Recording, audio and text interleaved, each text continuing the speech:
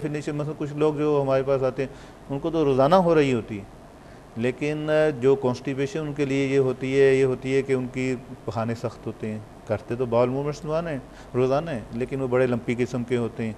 दूसरा, बाज़ लोगों को ये होता है कि वो पखाने इतने सख्त भी नहीं होते, लेकिन वो इवैक्यूएट नहीं कर पा रहे होते हैं, तो उसको भी वो कब्ज़ कहते हैं कि भाई वो उनको जो इवैक्यूएशन प्रॉब्लम है, जिसकी वजह से कुछ लोगों को ये होता है कि पखाना रोज़ाना होता है लेकिन पेट में दर्द के साथ होता है, वो काफ़ी पेट में दर्द होती है और उसके साथ फिर वो पखाना करते हैं, तो उसको भी वो कहते हैं जी कब्ज़ की शिकायत है, हालांकि वो डेली उनकी बाउल मूवमेंट्स हो रही होती हैं। तो ये जो कब्ज़ है ये मुख्तलिफ़ तरीके से, पहले जब भी मरीज़ आता है उन्हें पूछते हैं कि कब्ज़ से मुराद क्या है, तो कई तो लोग 2-2 3 दफ़ा बाउल मूवमेंट्स कर रहे होते हैं, पखाना रोज़ाना आ रहा होता है, लेकिन कब्ज़ से मुराद उनकी यही होती है पखाना निचले हिस्से में आके फंस जाता है, वो उसको इवैक्यूएट नहीं कर पाते, इस वजह से उन्हें बाथरूम बार बार जाना पड़ता है, उसको वो कब्ज़ की शिकायत देते हैं। तो मुख्तलिफ़ लोगों में कब्ज़ जो है उसकी मुख्तलिफ़ डेफिनेशंस हैं, और तो हमारे यहाँ जो कई ऐसे डॉक्टर से बहुत कब्ज़ है और दिन में 3 दफ़ा भी मूवमेंट्स हो रही होती हैं, तो पता करना चाहिए एक कि बात क्या। बताइए, पाइल्स क्या चीज़ है? हेमरोइड्स और पाइल्स एक ही चीज़ है? सबसे पहले तो बताइए। देखिए, वो हेमराइड्स या पाइल्स एक ही चीज़ है। पाइल्स जो है यूजुअली जो है वो कॉन्स्टिपेशन, इसका बहुत सबब है, it's one of the cause, एक सबब है पाइल्स के लिए जो है। अगर कॉन्स्टिपेशन क्रॉनिक टाइप की कॉन्स्टिपेशन होती है तो पाइल्स का बनना जो है शुरू हो जाता है। यूजुअली जो है वो इसके अलावा भी जो है काफ़ी और बीमारियां भी हैं, ये प्रोक्टाइसिस होता है या जो है इन्फ्लेमेशन जो है रेक्टम की होती है, उसमें उसकी वजह से भी जो है वो वहाँ पे पाइल्स की जो है बनने के चांसेस होते हैं। लेकिन मेन जो है वो कॉन्स्टिपेशन जो है वो क्रॉनिक कॉन्स्टिपेशन की वजह से जो है पाइल्स का जो है हो जाता है। डॉक्टर साहब इसमें जो है माहिर हैं, डॉक्टर साहब ज़्यादा एक्सप्लेन कर सकते हैं।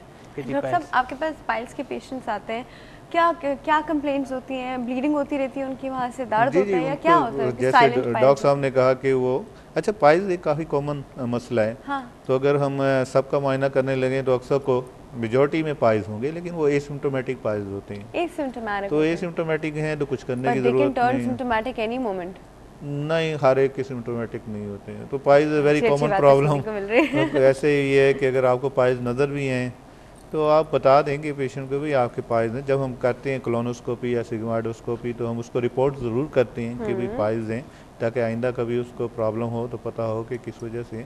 लेकिन हर एक को ट्रीटमेंट की ज़रूरत नहीं होती। जैसे डॉक्टर साहब ने कहा कि कब्ज़ जो है एक इम्पॉर्टेंट इशू है, तो अगर आप पाइल्स अगर हैं शुरू की स्टेज में तो आप उनको बड़ा ना होने दें। आप पेशेंट को इंस्ट्रक्शंस देंगे भी कब्ज़ जो है आपके लिए इतनी अच्छी नहीं है, उसको हाइड्रेशन अच्छी रखें, फाइबर सप्लीमेंट वगैरह करें, तो पाइल्स वाइज का मसला इतना जो एक्टिव नहीं होते। पाइल्स उस वक्त मसला करते हैं जब वो ब्लीड करना शुरू कर देते हैं और फिर खून की कमी होने का ख़तरा होता है कि जब ब्लीडिंग हुए जा रही है तो फिर उसको रोकना बहुत ज़रूरी है। फिर ये बाज़ का ये होती है कि पाइल्स के साथ साथ उसमें बाज़ का उसमें इन्फेक्शन हो जाता है, तो वो पाइल में अंदर खून जम जाता है, तो उसमें जो क्लोटेड जो पाइल्स होते हैं वो तंग करते हैं उसमें जो है। फिर तीसरा मसला पाइल्स के साथ ये होता है कि फिशर बन जाती है, एनल फिशर जिसको कहते हैं, दो पाइल्स के दरमियान में एक चीरा सा आ जाता है। जी जी, हमारे पास एक कॉल है, फिर फिशर्स पे आते हैं। ये सबसे पेनफुल चीज़ होती है। अस्सलाम वालेकुम। अस्सलाम वालेकुम। Good healthy morning. कौन बात कर रहा है? मैं नादिया मुश्ताक बात कर रही हूँ। जी नादिया, आप कैसी हैं? अल्लाह का शुक्र है, आप सुनाएं? ठीक हूँ। अच्छा जी, क्या कहना चाह रही है? जी मैंने ये पूछना था, मेरे हस्बैंड हैं, उनकी एंडोस्कोपी हुई हुई है, उनको एसिडिटी की प्रॉब्लम रहती है। अच्छा। तो उनका भी ये होता है कि अभी भी जैसे कुछ इस तरह का स्पाइसी ज़्यादा या इस टाइप का खा लेते तो वो कहते हैं कि मुझे स्वेलिंग सी फील हो रही है, चेस्ट पे स्वेलिंग फील हो रही है और काफ़ी तबीयत उनकी रात में जैसे रहती है। दूध भी ले लेते ठंडा, लेकिन फिर भी उनको जैसे ना ये प्रॉब्लम रहती है।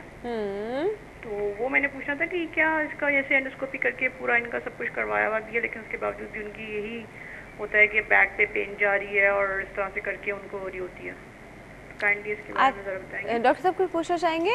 नहीं, बेसिकली देखिए एंडोस्कोपी जो है वो तो एक डायग्नोस्टिक, बस हम बता रहे हैं, आपको बता रहे हैं। ठीक है, ठीक है, ओके, थैंक यू। तो एंडोस्कोपी तो एक डायग्नोस्टिक टेस्ट है, इलाज तो नहीं है ना। तो प्रॉब्लम तो स्टेज देयर, तो प्रॉब्लम तो अपनी जगह पे रहती है। तो आप बेसिकली जब एंडोस्कोपी करते हैं तो देखते हैं कि क्या वजह है। हाँ, रीजन ढूंढ रहे होते हैं, वो थेरेपेटिक बेसिकली थोड़ी ये है होती कि आपकी जब जैसे इनकी प्रॉब्लम है तो उस प्रॉब्लम में ये होता है जब फूड पाइप मैदे से मिलती है वो एरिया लूज़ हो जाता है, तो जिसकी वजह तेज़ाब ऊपर बड़ी आसानी से आना शुरू हो जाता है।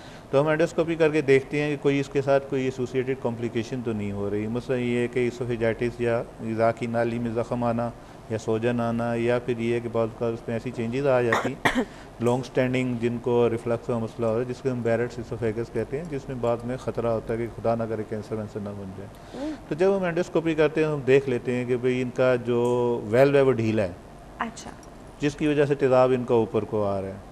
तो गैस्ट्रोएसोफेगल रिफ्लक्स सिंड्रोम, जी गैस्ट्रोएसोफेजिक रिफ्लक्स डिजीज GERD उसको हम कहते हैं। तो उसमें जो है फिर पेशेंट की देखें अब ये अगर एहतियातें जारी रखें, एक तो ये कि बड़ी सिंपल सी मेडिसन है जैसे हमने पहले भी प्रोग्राम में बताया कि इनको दवाएं वगैरह ले लें, और दूसरा ये कि रात के खाने में एहतियात करें, रात का खाना जल्दी खा लें, ताकि जब लेटने में ये होता है कि अगर आपका ये वेल्व ढीला हो गया है यहाँ पे, तो अगर पेट भरा हुआ है मैदा तो सारी की सारी जब आप लेटते हैं तो किसी ने गिलास जो है तेज़ाब का भरा हुआ उलट दिया, वो पूरी रात जो है तेज़ाब जो है वो ग़िज़ा की नाली को तंग करता रहता है, क्योंकि वेल तो आपका सही है नहीं। तो उसी की वजह से बैक में, अपर बैक में जो है लोगों को कंप्लेन होती है कि सीना भी जो है उसमें भी बर्निंग का एहसास है, कमर में भी दर्द हो रहा है। तो रात का खाना ज़रा जल्दी खाना बहुत ज़रूरी है, और इसमें एहतियात करें बहुत ज़्यादा हैवी किस्म का डिनर ना हो इनका, और कुछ दवाई वगैरह लेना शुरू कर दें। ओके, अच्छा जी, हमारे पास एक कॉल मौजूद है, अटेंड करते हैं। अस्सलाम वालेकुम। वालेकुम सलाम, कैसे हैं डॉक्टर साहब? बिल्कुल ठीक ठाक, गुड हेल्दी मॉर्निंग। कौन बात कर रहा है? हाँ, शरीफ बात कर रहा हूँ मैं कराची से। जी शरीफ साहब, कैसे हैं आप? अल्लाह करम है। अच्छा जी, क्या पूछना चाहेंगे? मैं ये पूछना चाहूँगा, डॉक्टर साहब जो बात कर रहे हैं कि कुछ जो लोग हैं एविकेट कर नहीं पाते, क्या नहीं कर पाते? उनको कंस्टिपेशन नहीं होती मगर वो एवेक्यूट नहीं कर पाते, इवैक्यूएट नहीं कर पाते। हाँ, तो उसका एक तो ये बताए कि प्रोस्टेट ग्लैंड एनलार्ज का उससे कोई रिलेशन है या दूसरी क्या वजह हो सकती है? प्रोस्टेट ग्लैंड एनलार्जमेंट का रिलेशन इससे कि यूरिनेशन से? हाँ जी, यूरिनेशन से पूछ रहे हैं या फिर डेफिकेशन से पूछ रहे हैं? नहीं, जो प्रोस्टेट ग्लैंड है ना एनलार्ज हो जाता है, क्योंकि दोनों की एक ही एरिया है ना, उसका कोई रिलेशन है? नहीं, अच्छा नहीं, प्रोस्टेट ग्लैंड जो है, चलिए जी हम इसका जवाब दे रहे डॉक्टर साहब, ठीक है? प्रोस्टेट ग्लैंड एक ग्लैंड होता है जो कि पेशाब की नाली के ऊपर वाले हिस्से में होता है। तो जिनको प्रोस्टेट ग्लैंड का मसला होता है वो यूरिन पास करने में उनको मसला होता है, उसमें रुकावट होती है। स्टूल्स पास करने में या पखाना पास करने में उनको कोई ऐसा मसला नहीं होता, चाहे प्रोस्टेट ग्लैंड जैसा भी इलाज हो। हाँ, वो उनके यूरिनेशन में प्रॉब्लम हो रहा होता है, लेकिन उनकी डेफिकेशन में कोई प्रॉब्लम नहीं हो रहा होता है। So don't confuse these two things. अच्छा डॉक्टर साहब, खट्टी डकार, आपके पास पेशेंट आते होंगे खट्टी डकार यानी बहुत खट्टी डकार, तो ये खट्टी डकार क्यों आती है पेशेंट को? ये यूजुअली जो है वो एसिडिटी की वजह से होती है, वो भी सेम जो है रिफ्लेक्स फिनोमेना होता है, या जिसको जो है वो GERD कहते हैं।